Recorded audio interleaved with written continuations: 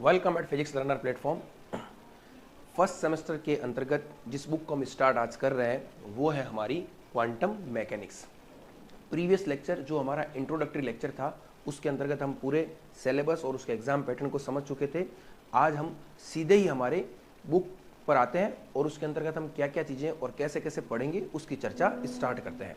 जैसा कि मैंने आपको पहले ही बताया है कि हम जब किसी भी बुक को स्टार्ट करेंगे तो शुरुआत के कुछ लेक्चर्स होंगे वो हमारे एक प्रकार के इंट्रोडक्टरी लेक्चर होंगे, ताकि थोड़े बहुत बिल्डिंग ब्लॉक्स हम इकट्ठे कर लें, ठीक है ना। क्योंकि जब कभी भी आप कोई भी बिल्डिंग बनाते हो तो आपके पास ब्रिक्स होती है, छोटी छोटी ब्रिक्स, ठीक है ना। उसके फाउंडेशन के आधार पर वो पूरी बिल्डिंग बनती है। तो जब हम एमएससी फिजिक्स के अंतर्गत इस क्वांटम मैकेनिक्स नाम की बिल्डिंग को बिल्ड करेंगे तो छोटे छोटे कुछ बेसिक कॉन्सेप्ट हैं जो हमें पहले सीखने पड़ेंगे, वो हम यहाँ पर सीखेंगे और फिर हम हमारे सीधे ही जो हमारा सिलेबस है यूनिट 1, 2, 3 उसके एक एक टॉपिक को डिटेल में डिस्कस करेंगे। एक चीज़ यहाँ पर और क्लियर कर देता हूँ कि इस लेक्चर सीरीज को इस प्रकार से डिज़ाइन किया गया है ताकि आपको अलग से कुछ भी पढ़ने की आवश्यकता बिल्कुल भी नहीं रहने वाली है। मैं एक एक चीज़ नोट्स फॉर्मेट में आपको बोर्ड पर लिख करके ही दे दूंगा, ठीक है ना, क्योंकि मैंने पीपीटी बना रखी है तो पीडीएफ अवेलेबल है। इसके साथ साथ एक चीज़ आपको ये भी मिल जाएगी कि जब पूरा लेक्चर समाप्त होगा तो देखिए कुछ चीज़ें तो मैं इस बोर्ड पर लिखी हुई मिलेगी, कुछ चीज़ें मैं हाथ से भी लिखूंगा डेरिवेशन वगैरह को। तो जो पूरी चीज़ें बोर्ड पर लिखी होगी वो लास्ट में क्यूआर कोड जनरेट होगा, उस क्यूआर कोड के माध्यम से आप उस पूरे पैनल पीडीएफ को प्राप्त कर सकते हो। तो कहने का मतलब है अगर आपने इस लेक्चर सीरीज को सिस्टमेटिक तरीके से फॉलो किया तो आपको कोई प्रॉब्लम नहीं होगी। बस आपका काम सिर्फ इतना ही है, बहुत ही ईमानदारी से सिंसियरिटी के साथ आप लेक्चर सीरीज को फॉलो कीजिए और जहाँ कहीं पर भी कोई प्रॉब्लम हो आप तुरंत जिस किसी भी माध्यम से कम्युनिकेट हम कर सकते हैं उस माध्यम से आप हमसे डिस्कस कर सकते हैं, ठीक है। तो आइए हम स्टार्ट करते हैं क्वांटम मैकेनिक्स को। अब देखिए सबसे पहले जब हम क्वांटम मैकेनिक्स की बात करते हैं तो मैं ये मान के चल रहा हूँ कि चूंकि आपने ग्रेजुएशन कंप्लीट की है, फिजिक्स उसमें आपका एक सब्जेक्ट रहा है और थर्ड ईयर में आपने क्वांटम मैकेनिक्स पढ़ी होगी तो कुछ बेसिक जानकारी आपको होगी। फिर भी मैं बिल्कुल इनिशियल से स्टार्ट करता हूँ। आप एक चीज़ सोचिए कि फिजिक्स के अंतर्गत बेसिकली होता क्या है। दो चीज़ें एक साथ काम करती हैं। कई बार क्या होता है कि किसी साइंटिस्ट के द्वारा कुछ थ्योरी दी जाती है और उसको हम डिस्कस करते हैं, कुछ घटनाओं को समझाने के काम में लेते हैं। कई बार क्या होता है कि कुछ एक्सपेरिमेंट परफॉर्म किए जाते हैं और उस एक्सपेरिमेंट के रिजल्ट्स थ्योरी का रूप ले लेते हैं। तो ये दोनों चीज़ें पैरेलल चलती रहती है और दोनों को एक दूसरे का सपोर्ट चाहिए। अगर आपने कोई एक्सपेरिमेंट किया है तो जब तक उससे संबंधित थ्योरी डेवलप नहीं है तो उस एक्सपेरिमेंट का कोई बेनिफिट नहीं है, और अगर आपने कोई थ्योरी डेवलप की है और उसका अगर एक्सपेरिमेंटली प्रूफ नहीं है तो फिर उस चीज़ का भी कोई मतलब नहीं। तो दोनों वाइस वर्सा इंपॉर्टेंट रहते हैं। तो ये चीज़ें चलती हैं। अब क्वांटम फिजिक्स की बात कहाँ से आई, तो हम सबसे पहले स्टार्ट करेंगे ओरिजिन ऑफ क्वांटम फिजिक्स। कहाँ से आप क्वांटम फिजिक्स ब्रांच को ओरिजिनेट मान सकते हो, इसकी शुरुआत आप कहाँ से मान सकते हो और इसकी शुरुआत क्यों हुई उसकी हम चर्चा करते हैं। तो देखिए मैंने यहाँ पर एक स्लाइड में कुछ लिखा है, ओरिजिन ऑफ क्वांटम फिजिक्स। इस लाइन को आप ध्यान से पढ़िए।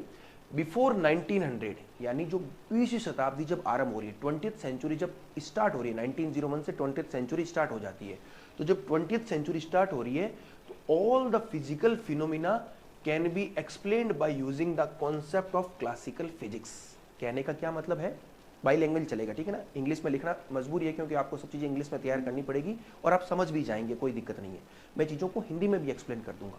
तो कहने का मतलब है कि 20th सेंचुरी की स्टार्टिंग में या एंड ऑफ 19th सेंचुरी उस समय क्या हो रहा था, उस समय तक जितनी भी आपके पास घटनाएं थी, फिनोमिनास थी, उन सबको आप क्लासिकल फिजिक्स, जो फिजिक्स हमारे पहले से प्रचलन में थी उसके आधार पर आप आराम से समझा रहे थे। और क्लासिकल फिजिक्स के अंतर्गत उस समय मेनली 3 ब्रांचेज आती थी। कौन कौन सी, मैंने लिखा है देखो, this classical physics consist of mainly 3 branches. कौन सी, एक आपकी क्लासिकल मैकेनिक्स जिसको आप न्यूटोनियन मैकेनिक्स भी कहते हो, एक है थर्मोडायनेमिक्स यानी ऊष्मा गतिकी, और तीसरी आपकी क्लासिकल थ्योरी ऑफ इलेक्ट्रोमैग्नेटिज्म जो विद्युत चुंबकीय सिद्धांत है। ये आप सब जानते भी हो। क्लासिकल मैकेनिक्स, न्यूटोनियन मैकेनिक्स ये न्यूटन के ज़माने से है। थर्मोडायनेमिक्स भी ये 17th-18th सेंचुरी में इसकी बात हो गई थी। क्लासिकल थ्योरी ऑफ इलेक्ट्रोमैग्नेटिज्म ये भी पूरी 19th सेंचुरी में सबसे फेमस थ्योरी तो यही रही थी। मैक्सवेल के सिद्धांत ले लीजिए, ये सबसे इंपॉर्टेंट बातें थी। तो कहने का मतलब है कि इस समय तक मोटे मोटे तौर पर, ठीक है ना, एग्जैक्टली बात नहीं लेकिन मोटे मोटे तौर पर इस समय तक जितनी भी घटनाएं थी उनको आप बहुत आसानी से इस क्लासिकल फिजिक्स के द्वारा आराम से समझा रहे थे। तो अब क्या हुआ कि इस समय तक आते आते कुछ घटनाएं आपके सामने ऐसी आने लग गई क्योंकि जो कोई भी अगर इवेंट आपके सामने आता है, कोई भी फिनोमिना आती है, तो आपको आपके पास जो एग्जिस्टिंग थ्योरी है, जो आपके पास थ्योरी मौजूद है, उससे आप समझाने का प्रयास करते हो। लेकिन ऐसा देखा गया कि इस समय तक कुछ घटनाएं आपके सामने ऐसी आएगी जिनको आप इनके द्वारा नहीं समझा पा रहे हो। तब क्या होगा? तब मैंने आपको पहले ही बताया फिजिक्स डेवलप कैसे होती है, कोई भी थ्योरी कैसे डेवलप होती है। आप नई चीज़ कैसे डेवलप होगी? कोई भी एग्जिस्टिंग जो चीज़ है, अगर वो किसी चीज़ को नहीं समझा रही है, तो उसको समझाने के लिए आपको क्या करना पड़ेगा? कोई एक नया आइडिया, ठीक है ना, एक नई थॉट प्रोसेस आपको लानी पड़ेगी। तो यही बात हुई। इस समय तक ऐसे इवेंट आए जिनको आप क्लासिकल फिजिक्स से नहीं समझा रहे हो, तो उनको समझाने के लिए एक नई प्रकार की फिजिक्स आपको ओरिजिनेट या इवॉल्व होते हुए दिखाई देगी, यानी उसका उद्भव दिखाई देगा। उस फिजिक्स को ही हम क्या कहेंगे? क्वांटम फिजिक्स कहेंगे। ठीक है, तो अब यहां पर हमें दो चीजें पढ़नी पड़ेगी। एक तो हमें उन घटनाओं की चर्चा करनी पड़ेगी कि ऐसी कौन कौन सी घटनाएं हैं जिनको आप क्लासिकल फिजिक्स से नहीं समझा रहे हो और क्यों नहीं समझा पा रहे हो। और दूसरे हम क्या करेंगे, यहाँ पर कुछ 4-5 इवेंट्स को पॉइंट आउट करेंगे, जिसकी हेडिंग हम लिखेंगे फेलियर्स ऑफ क्लासिकल फिजिक्स, यानी ऐसे क्षेत्र जहां पर क्लासिकल फिजिक्स आकर के फेल हो गई थी, तो उनकी चर्चा हम करेंगे। लेकिन पहले हम मोटे मोटे तौर पर दो ऐसे फील्ड आपको दिखाई देंगे या दो ऐसे डोमेन आपको दिखाई देंगे जहां पर आप क्लासिकल फिजिक्स को फेल होते हुए देखोगे, तो उसकी हम चर्चा करते हैं। तो ये स्लाइड तो मेरे हिसाब से क्लियर हो गई। इस स्लाइड में मैंने केवल ये लिखा है कि 20th सेंचुरी के इनिशियल में सारी घटनाएं आप क्लासिकल फिजिक्स से समझा रहे थे, वो क्लासिकल फिजिक्स के अंतर्गत ये मेनली 3 ब्रांचेस आती है। अब नेक्स्ट स्लाइड में हम क्या देखेंगे? कुछ ऐसे डोमेन देखेंगे जिनको आप क्लासिकल फिजिक्स से नहीं समझा सकते। तो आइए देखते हैं। मैंने लिखा है domains where classical physics fails. तो दो डोमेन्स यहां पर मैंने लिखे हैं। कौन कौन से? एक तो मैंने लिखा है रिलेटिविस्टिक डोमेन और एक लिखा है मैंने माइक्रोस्कोपिक डोमेन, या इसको हम एटॉमिक रियलम भी कहते हैं। क्या है मैं समझाता हूं। रिलेटिविस्टिक डोमेन यानी रिलेटिविस्टिक क्षेत्र, ठीक है ना, और दूसरा माइक्रोस्कोपिक। देखिए आप इसको, मैंने एक लाइन लिखी है रिलेटिविस्टिक डोमेन के अंतर्गत क्या लिखा है? When the velocity of object is very high, nearly about speed of light, that is 10⁻⁸ metre पर सेकेंड। समझिए, मान लीजिए आप कोई ऐसे ऑब्जेक्ट की स्टडी कर रहे हो जिसकी वेलोसिटी स्पीड ऑफ लाइट के बराबर है या उसके समकक्ष है लगभग, ठीक है ना। तो ये जो पूरा डोमेन होता है जिसके अंतर्गत कोई भी ऑब्जेक्ट स्पीड ऑफ लाइट के कंपेरेबल वेलोसिटी से मूव करता है, तो उस डोमेन को हम क्या कहते हैं? रिलेटिविस्टिक डोमेन कहते हैं। तो अब आपको ये पता है कि अगर कोई भी ऑब्जेक्ट इस स्पीड से चल रहा है, तो आपके पास उस समय, यानी 19th सेंचुरी के एंड की बात कर रहा हूं, उस समय आपके पास कोई ऐसी थ्योरी नहीं थी, क्योंकि न्यूटन मैकेनिक्स की जब हम बात करते हैं तो वहां पर भी इतनी स्पीड की हम चर्चा नहीं करते, इलेक्ट्रोमैग्नेटिज्म में इतनी स्पीड की चर्चा नहीं करते, थर्मोडायनेमिक्स में इतनी स्पीड की चर्चा नहीं करते। और चूंकि ऐसे ऑब्जेक्ट थे, ठीक है ना, ये वेलोसिटी थी, ठीक है ना, तो अब और वो किसके अंतर्गत थी? रिलेटिविस्टिक डोमेन के अंतर्गत थी। तो इस रिलेटिविस्टिक डोमेन को आप क्लासिकल फिजिक्स से नहीं समझा पा रहे हो। तो अब नहीं समझा पा रहे हो, तो इसको समझाने के लिए आपको एक नई थ्योरी चाहिए। तो इसको समझाने के क्रम में तो जो थ्योरी डेवलप हुई उसको हम कहते हैं STR। आपने पढ़ा भी होगा अपने ग्रेजुएशन के सिलेबस में, special theory of relativity, Einstein ने दी थी, अगर आपको याद हो तो। स्पेशल थ्योरी ऑफ रिलेटिविटी, इसके आधार पर आप आराम से रिलेटिविस्टिक डोमेन को समझा सकते हो, आपको कोई प्रॉब्लम नहीं होगी, ठीक है ना, बिल्कुल भी। STR क्या है उसको तो हम यहाँ पर डिस्कस अभी नहीं कर सकते। मैं आपको हर वीडियो के लेक्चर में कोशिश करूंगा, क्योंकि हमने ग्रेजुएशन के वीडियोस भी बना रखे हैं, तो इस वीडियो से रिलेटेड हम डिस्क्रिप्शन में क्या दे देंगे? उसका लिंक दे देंगे। तो अगर आपको पढ़ने की क्यूरियोसिटी है, और पढ़ना ही पड़ेगा आपको, क्योंकि आप MSc फिजिक्स के स्टूडेंट हो, तो आपको हर चीज़ को डिटेल में पढ़ना पड़ेगा, तो वो चीज़ आप उस डिस्क्रिप्शन से देख सकते हो। देखो इस प्लेटफॉर्म का कितना बड़ा फायदा है, पीछे की चीज को भी आप लिंक के माध्यम से उस पर अवेलेबल वीडियो की सहायता से देख सकते हो, ठीक है। तो बात सिंपल सी है कि जो रिलेटिविस्टिक डोमेन है जिसके अंतर्गत हम स्पीड ऑफ लाइट की चर्चा करते हैं, यानी कोई भी ऑब्जेक्ट की वेलोसिटी अगर स्पीड ऑफ लाइट के कंपेरेबल है, तो उसको हम क्लासिकल फिजिक्स से नहीं समझा सकते। उसको समझाने के लिए कौन सी थ्योरी आई? STR, आइंस्टीन ने दी थी। तो एक तो ये डोमेन हो गया। दूसरा डोमेन क्या आता है, इसको आप ध्यान से पढ़िए। दूसरा डोमेन है माइक्रोस्कोपिक डोमेन या एटॉमिक रियलम। ये क्या लिखा है इसको मैं बताता हूं, पहले आप समझिए क्या है। आप देखिए कि 19th सेंचुरी जब एंड हो रही है या 20th सेंचुरी जब स्टार्ट हो रही है, तब एटम के बारे में काफ़ी चर्चाएं होने लगी। आपको पता होगा थॉमसन का एटॉमिक मॉडल आया, फिर 20th सेंचुरी आपके क्या कहते हैं रदरफोर्ड का मॉडल भी आएगा, ठीक है ना, इनिशियल में 20th सेंचुरी के आरंभ में। तो जब ये सारे मॉडल आए, तो अब हम जो भी स्टडी कर रहे हैं वो कहाँ पर जाकर के कर रहे हैं? एटम के अंदर। और एटम की साइज क्या होती है आप जानते हो, आपको ये पता है कि साइज ऑफ एटम क्या होती है? साइज ऑफ एटम, ये होती है आपकी लगभग 10 की पावर माइनस 10 मीटर। न्यूक्लियस की तो होती है 10 की पावर माइनस 15 और एटम की साइज होती है 10 की पावर माइनस 10। तो ये कितनी स्मॉल स्केल है, कितनी छोटी रेंज है। तो अब इस समय तक 20th सेंचुरी के आरंभ तक हमारे पास ऐसे टूल्स और टेक्निक्स तो आ गए थे कि हम क्या कर सकते हैं, बिल्कुल माइक्रोस्कोपिक लेवल पर जाकर के प्रोबिंग का मतलब हो गया वहां पर जाकर के हम स्टडी कर सकते हो। प्रोब का मतलब उसके अंदर चले जाना। तो मैंने ये लाइन लिखी, देखो, as soon as new experimental techniques were developed to the point of probing atomic and sub atomic structure. यानी आपके पास जैसे जैसे नई नई एक्सपेरिमेंटल टेक्निक्स आई तो हमने क्या किया, एटम और सब एटम लेवल तक जाकर के स्टडी को आरंभ कर दिया। और वहां पर जाकर के जब हमने कुछ घटनाओं की चर्चाएं की, हमने देखा कि भाई जैसे एटम के अंदर गए, आपने कुछ इवेंट्स देखे क्या क्या घट रहा है, फिर आपने जो इवेंट्स देखे उसको आप समझाने का प्रयास कर रहे हो। समझाओगे किससे, देखो समझाते हो हमेशा थ्योरी के आधार पर है। तो एग्जिस्टिंग थ्योरी कौन सी थी, क्लासिकल फिजिक्स।